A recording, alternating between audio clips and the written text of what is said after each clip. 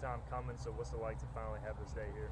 Well, it's really exciting. One, obviously it's going to impact, all of our sports teams, certainly our football program, but if you look across all the teams that are mostly outdoors, they're going to have the opportunity in inclement weather to be able to come inside. So I see all our athletes training in here. I think it really is the last piece of our facility footprint that we really need. I think too, like if you look at the indoor building and what it represents, certainly it is the last piece of the footprint of our facilities that I think is really going to make a direct impact just from a recruiting standpoint. When you drive on campus and you have an indoor building coupled with what we already have, which I think is one of the best stadiums in the country, it is going to send a strong message that we care about football at East Carolina.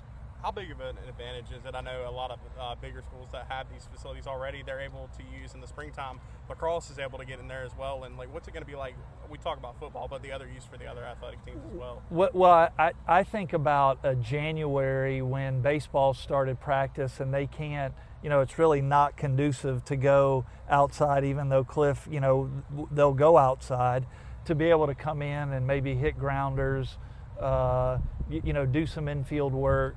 I think it's just going to be a valuable extra piece for teams like that. And then I look at it from, when you look at the football standpoint, everybody thinks practice. It will really go beyond practice. If it's 100 degrees in August and they practice in the morning and they want to come back at night and do a walkthrough, they'll have an air-conditioned space that they can do a walkthrough without having to kind of zap their body a second time in the heat.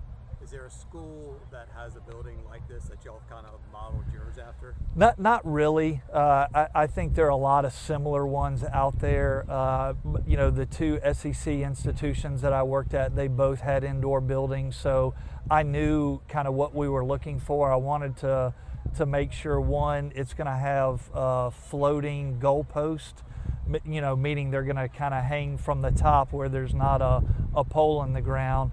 And that's going to give the advantage to our linemen to be able to use the full end zone space unobstructed. The building's also going to have a bunch of garage doors that will open to the existing football turf field, where they're going to be able to go, if needed, right from the turf practice field into the indoor building without missing a beat. I know you said it's been a couple of years now. When exactly was the idea for this project hatched? Well, I think this building was talked about well before I was the athletic director. For a variety of reasons, I think other things were built.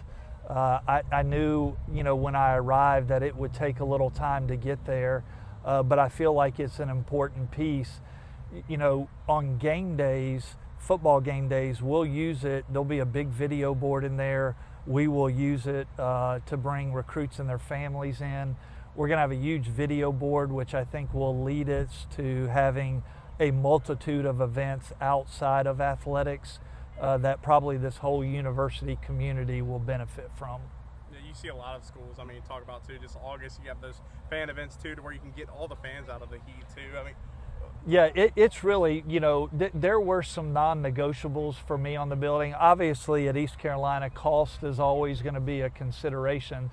But for me, two things was I wanted to make sure that it was going to be heated and cooled, where you could use it for events outside of a practice for a sports team. And then the second piece was the video board. I wanted a really nice video board set up where we can have functions in there and have video capability. Jon, how relieved are you from the time you came athletic director December of 18 to now knowing that we're here this day? It's a very special day. Well, it's certainly a special moment. When I first started as athletic director, we're standing on a parking lot, and we've done a lot of things collectively as a group over the last several years, and I think this building is just going to be a culmination of that.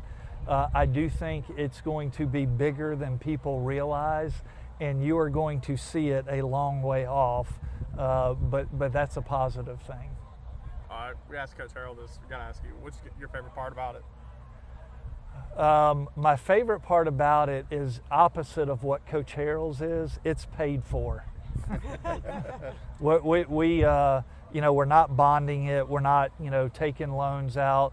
We've got an unbelievable Pirate Club, and then really Pirate Club donors that recognize the need and are helping us fund it.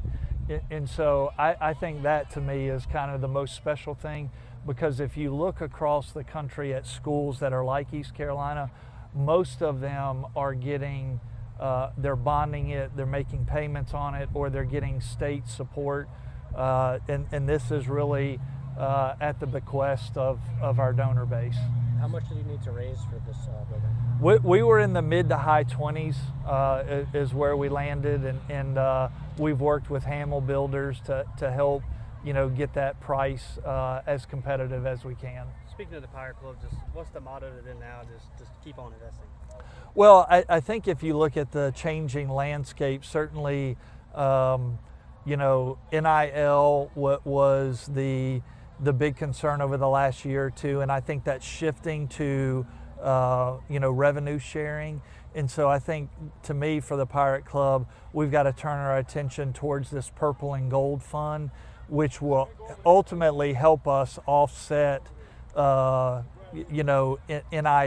and revenue sharing.